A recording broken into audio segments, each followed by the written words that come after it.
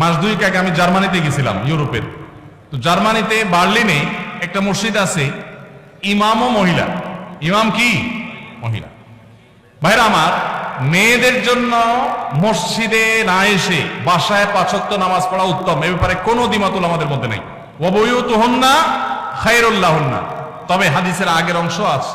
আল্লাহ নবী সাল্লাল্লাহু আলাইহি ওয়াসাল্লাম বলেছেন, লা তামনাউ মা আল্লাহি মাসাজিদ আল্লাহ। আল্লাহর বান্দিরা মসজিদে আসলে বাধা দিও না, কিন্তু তাদের জন্য মসজিদে আসার চাইতে বাসা নামাজ পড়া বেশি উত্তম। তার নবীজি চাইতেন তারা যেন বাসায় পড়ে।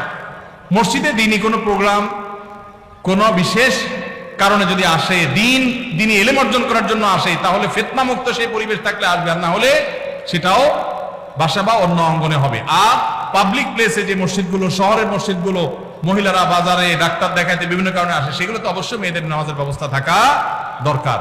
কিন্তু মেয়েদের জন্য মসজিদে এসে 5 ওয়াক্ত নামাজের জামাতে হাজির হওয়ার চাইতে বাসায় নামাজ পড়া অধিকতর উত্তম। মদিনায় এক মহিলা নবী সাল্লাল্লাহু আলাইহি ওয়াসাল্লামের পেছনে এসে নামাজ পড়ার জন্য, মসজিদে নামাজ 1 রাকাতে 1000 রাকাতে সওয়াব, নবীজিকে যখন বলেছেন, নবীজি বলেছেন তুমি তোমার বাসায় পড়লে বেশি সওয়াব হবে, কেন কষ্ট করে আসো? এখানে 1000 পালে ওখানে আরো বেশি পাবে। কিন্তু আমাদের বন্ধুরা অনেকে আবেগে নিজেকে সামলাইতে পারেন না। আল্লাহ আমাদের বুঝার তৌফিক দান করুন। তাহলে মেয়েদের বাসায় নামাজ পড়া উত্তম, কিন্তু শহরে পাবলিক প্লেসে মেয়েদের নামাজের জায়গা না থাকার কারণে বহু পর্দানসীন, বহু নামাজি মেয়েরা ওয়াক্ত চলে যায়, নামাজ পড়তে পারে না। ডক্টর খন্দকার আব্দুল্লাহ জাহাঙ্গীরুল্লাহ বলতেন, আমাদের মা বোনরা বাসায় অবস্থান করবে, প্রয়োজনে বের হবে, এটাই শরিয়ার নির্দেশ। কিন্তু আমাদের মা বোনরা যে কোনো কারণে বাইর হয়ে গেছে, এখন যদি বলেন যে নামাজ পড়তে দিব না, বাসায় যাওয়া ছাড়া পড়বে না, তাহলে কাজা হবে, তাহলে সেটা তার জন্য ক্ষতি করবে। এই জন্য ব্যালেন্স আমাদেরকে শিখতে হবে।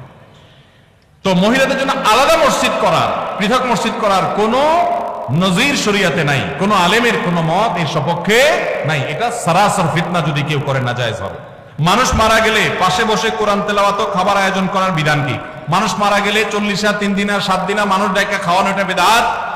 আর মানুষ মারা গেলে তার পাশে বসে কোরআন তেলাওয়াত করাটাও সুন্নাহ সম্মত কোনো কাজ নয়। আমাদের দেশে মানুষ মারা গেলে লাশটাকে মাটিতে বা খাটে রেখে চারপাশে হাফেজ সাহেবদেরকে এনে কোরআন তেলাওয়াত করানো হয়, এটা শরিয়া সম্মত কোনো কাজ নয়। কেন? কোন মানুষ মারা যাওয়ার পরে কি কি করতে হবে শরীয়তে বলা আছে না নাই? আছে না নাই?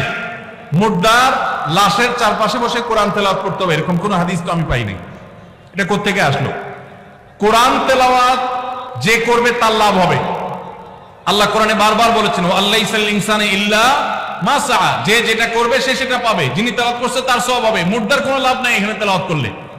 আর যদি বলেন যে কোরআন শোনাচ্ছি, তাহলে ওমা আনতা বিমুসমিউন মান ফিল কুবুর, আপনি তেলাওয়াত শোনাবেন জীবিত মানুষকে, মৃত মানুষকে তেলাওয়াত শুনিয়ে কোনো ফায়দা হবে না। এর সওয়াব হবে জীবিত অবস্থায় শুনলে। এই লোকটা জীবিত অবস্থায় শুনলে সওয়াব পাইতো, মারা গেছে এখন তার সামনে কোরআন তেলাওয়াত করলে প্রতি অক্ষরে 10 নেকি, এমন কোনো কথা নাই। এজন্য এইটা দূর হওয়া দরকার। বিশেষ করে এখানে যারা মুর্দার চারপাশে এই যে গোল হয়ে কোরআন তেলাওয়াত করে, এরা সবাই টাকা নেয়। তেলাওয়াতের বিনিময়ে টাকা গ্রহণ করা সারাসার হারাম। যে দেয় সেও হারাম করে, যে নেয় সেও হারাম করে। খতমের নাম দিয়া অনেক এলাকাতে এখনো অনেকে হারাম কাজ করছেন, তাদের আল্লাহকে ভয় করা উচিত। ইন্নী ওয়াজ্জাহাতু ও নাওয়াইতুন পড়ার কোনো দলিল আছে কি? দলিল আছে ভাই? ইন্নী ওয়াজ্জাহাতুনের দলিল আছে। ইন্নী ওয়াজ্জাহতু ওয়াজহাল্লাযী ফাতারাস সামাওয়াতি ওয়াল আরদা হানিফা মা আনা মিনাল মুশরিকিন লা শারীকা লাহু ওয়া বিযালিকা উমিরতু ওয়া আনা আউয়ালুল মুসলিমিন। আরো লম্বা আছে, এটা দোয়ার প্রথম অংশ বললাম। এটা আমাদের নবী করিম সাল্লাল্লাহু আলাইহি সাল্লাম পড়তেন নামাজ শুরু করার পর, তাকবীরে তাহরিমা বাঁধার পর সানার জায়গাতে। সানার জায়গাতে আমরা একটা দোয়াই ছোটবেলা মুখস্থ করছি, আর যাই না। সেটা হলো সবচেয়ে ছোটটা। সানার মধ্যে 3টা সানা প্রসিদ্ধ হাদিসে আছে। এর মধ্যে একটা হলো আল্লাহুম্মা বাঈদ বাইনি ওয়া বাইনা খাতায়ায়া কামা বাআদতা বাইনাল মাশরিকি ওয়াল মাগরিবি, এটা একটা সানা। আরেকটা হলো ইন্নী ওয়াজ্জাহতু ওয়াজহাল্লাযী ফাতারাস সামাওয়াতি ওয়াল আরদা হানিফা, অনেক বড় দোয়া, এটা আরেকটা সানা। আর সুবহানাকাল্লাহুম্মা ওয়া বিহামদিকা ওয়া তাবারাকা ইসমুকা ওয়া তাআলা জাদ্দুকা ওয়া লা ইলাহা গায়রুকা, এটা আরেকটা সানা। এটাকে দোয়ায়ে ইস্তিফতাহ বলা হয়, নামাজ শুরুর দোয়া। এই নামাজ শুরুর দোয়া হিসেবে আমরা সবচেয়ে ছোটটা মুখস্থ করছি, আর বাকি আরো 2টা যে আছে আমরা জানি না। নবী করিম সাল্লাল্লাহু আলাইহি সাল্লাম মাঝে মধ্যে সেগুলোও পড়তেন। এখন এটাকে আমাদের দেশে বানাইছে জায়নামাজের দোয়া। ভাই, নবীজির সময় কি জায়নামাজ ছিল? দোয়া আসলো কোত্থেকে? জায়নামাজই তো ছিল না, দোয়া আসলো কোত্থেকে? তো জায়নামাজে তো আমার কোনো দোয়া নাই। দোয়া আছে কিসের ভাই? নামাজ শুরুর। ইন্নী ওয়াজ্জাহতু হলো নামাজ শুরুর দোয়া, ওইটা লাগাইছে নিয়ে কোথায়? জায়নামাজে। যারা আমার দাঁড়াবে আলাদা কোনো দোয়া নেই। আর নাওয়াইতুয়ান যে দোয়া, ওইটা তো আসলে কোনো জাল হাদিসেও নেই, কোনো জাল হাদিসেও নাই। আলহামদুলিল্লাহ, এটা এখন মানুষ বুঝে গেছে। মনে মনে আমরা নিয়ত করছি, কোন নামাজে পড়ছি, নামাজের নিয়তে তাইন করছি, আমি জোহর পড়তেছি ফরজ না সুন্নত পড়তেছি, এটা আমার মাথায় আছে। এই নিয়তের ইস্তেহজার এটাই যথেষ্ট। মুখে নাওয়াইতুয়ান উচ্চারণ করা এটা জরুরি না, বরং এটাকে কেউ নামাজের পাঠ মনে করে বেদাতে লিপ্ত হওয়ার আশঙ্কা আছে। একসময় মানুষ অনেকে বলতো নামাজের এখনো মুখস্থ হয় না, এজন্য নামাজ পড়ে না, এর কারণে সে গুনাহগার হবে। মসজিদের ভেতরে প্রথম কাতারের সামনে দেয়ালের ওই পাশে লাশ রেখে সালাত আদায়ের দলিল চাই। বাবারে সব দলিল চাচ্ছে দেখি।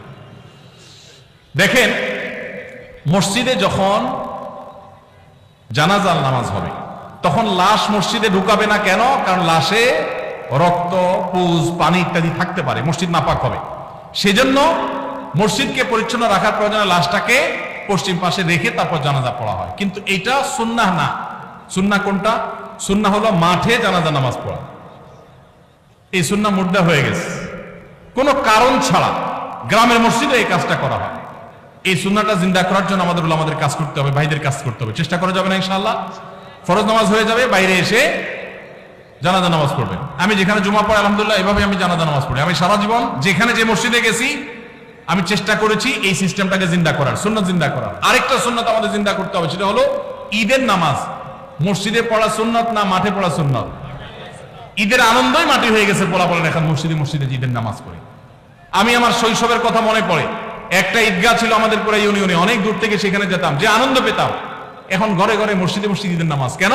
কারণ কেউ কারোর মানতে চায় না। আরেকজন ঈদগাহে গেলে তুমি নিজের মাতবরি থাকে না, জন্য সব মসজিদ আলাদাই মাতবরি করতে চায়। মসজিদে ঈদের নামাজ পড়া সুন্নাহর খেলাফ। হ্যাঁ, কোন শহরে ওইরকম পর্যাপ্ত মাঠ নাই, তাহলে মসজিদে পড়েন। রাস্তা বন্ধ করে নামাজ পড়ার চাইতে মসজিদে পড়া ভালো। ইয়াকুমুল জুলুস আলা তারিক, নবীজি রাস্তা বন্ধ করতে নিষেধ করেছেন, সেটা করবেন।